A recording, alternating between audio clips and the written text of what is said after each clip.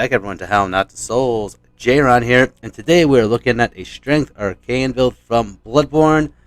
And this is the other side of the Arcane, because I did the Skill Arcane already, which I thought was absolutely fantastic. I still think this one was good. It's not as good, just due to a couple of the weapons that you get. But I still think it's a worthwhile build to do.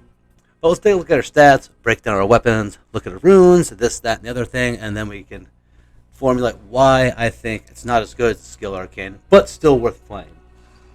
So for our stats, at a 157, we have a 50 Vitality for a nice health pool, 40 Endurance because the stamina cap is at 40. You can still take on more Endurance, but it's just going to go into defense. And like probably other defense-related items, but your stamina doesn't go up anymore. 50 Strength, hence the Strength Arcane side. 12 skill to meet weapon requirements, 5 blunt hinge because that was base, and 50 arcane because, yet again, strength arcane. Yeah, pretty good. I'd say if you're gonna like work around, if you want to go more towards the meta, I would say bring it down. I want to bring it down 30 points. I'd say 127 if you're bringing down 30 points. 10 vitality, so you have 40 vitality, 30 endurance, and 40 strength. You want your arcane up. But if you want to flip it around and have 50 strength and 40 arcane, there's lots of good reasons to do that. But we'll go into that as we talk about our weapons coming up. And this is Giselle Bundchen, by the way, ex-wife of Tom Brady. In her free time from modeling, she also hunts beasts in eldritch horrors as well. So for the weapon that we focused this build around was the Ogmadallan arm, which I actually thought was a really good weapon. I've shit on it in the past, and I'll say this, it's way, way, way better than what I ever said about it. It's strong, it's got good range. I think the transformed state of it is a little better just because that's where all the arcane damage is going. It's not 100% arcane damage, but like whatever arcane damage as you see the scaling or the damage numbers right there, it's only physical when it's untransformed. So we're basically having this weapon with these sweeping attacks the entire time. And that was actually really good for mobs. Other weapons we used of note, we decided to go Ludwig's Blade, Holy Blade, but with a lovely bolt flavor to it, which I thought was a fantastic choice.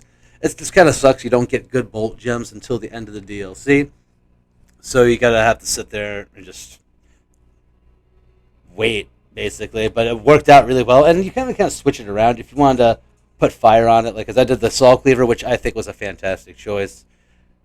With fire, like for skill build, I'd use the Saw Spear. For strength build, I use Saw Cleaver. Just the way the scaling works out for both. Kind of just flip it around. But you can do bolt on this and fire on Ludwig's Blade. I thought it was a great choice. But I think having Ludwig's on the build, because I love Ludwig's Blade, one of my favorite weapons in the game, it was a fun addition with the bolt damage. Obviously, fire damage, everything just takes crazy amounts of fire damage, even if it says it's resistant to fire.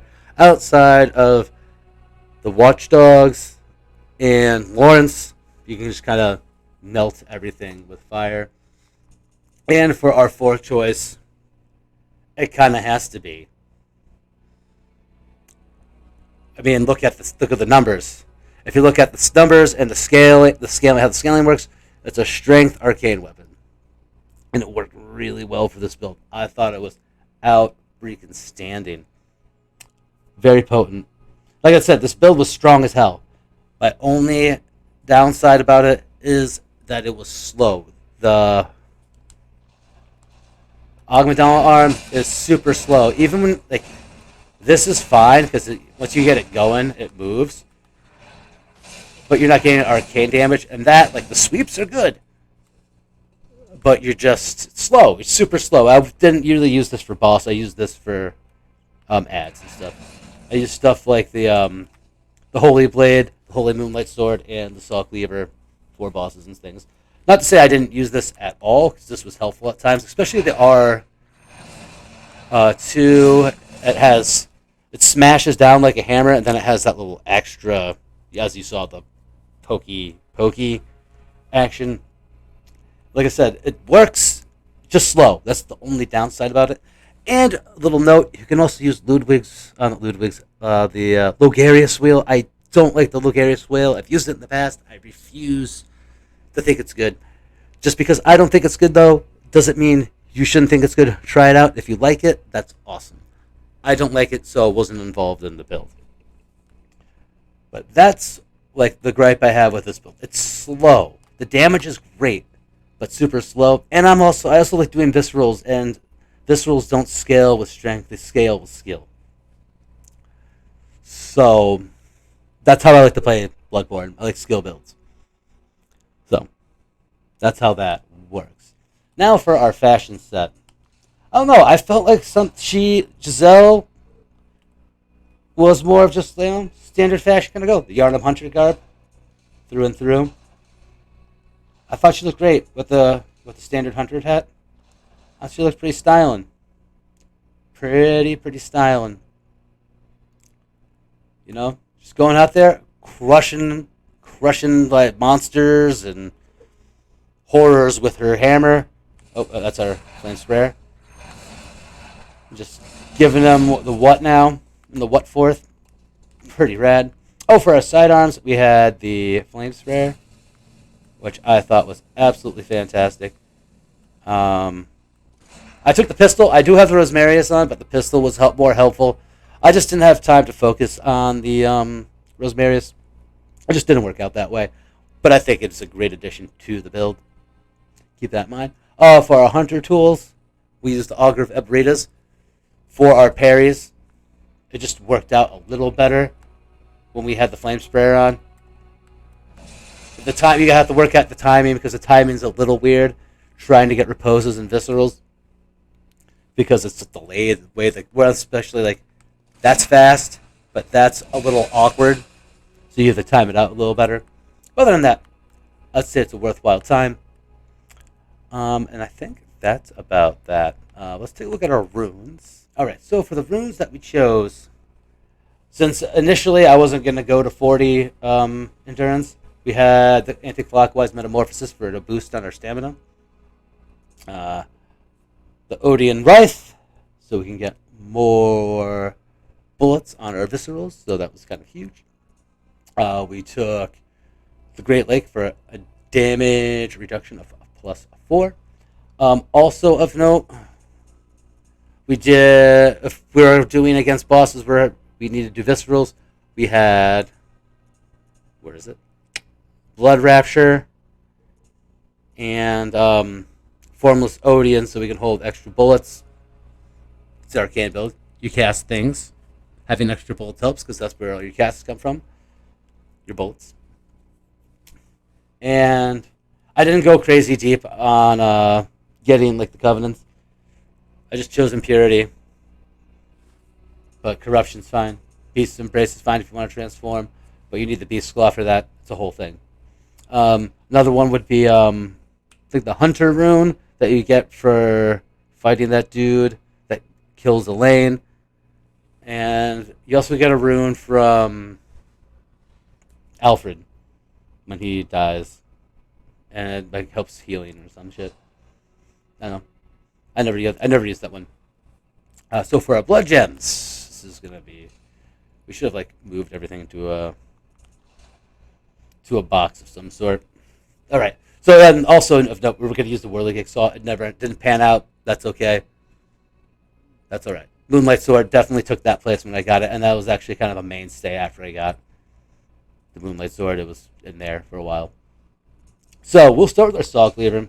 Fire gems, and fire gems. I think I did a fire gem, curse gem, fire gem here. If you see, that's the first one. It goes 18% on our fire damage, charge attacks at 5, and a 2.8 stamina cost.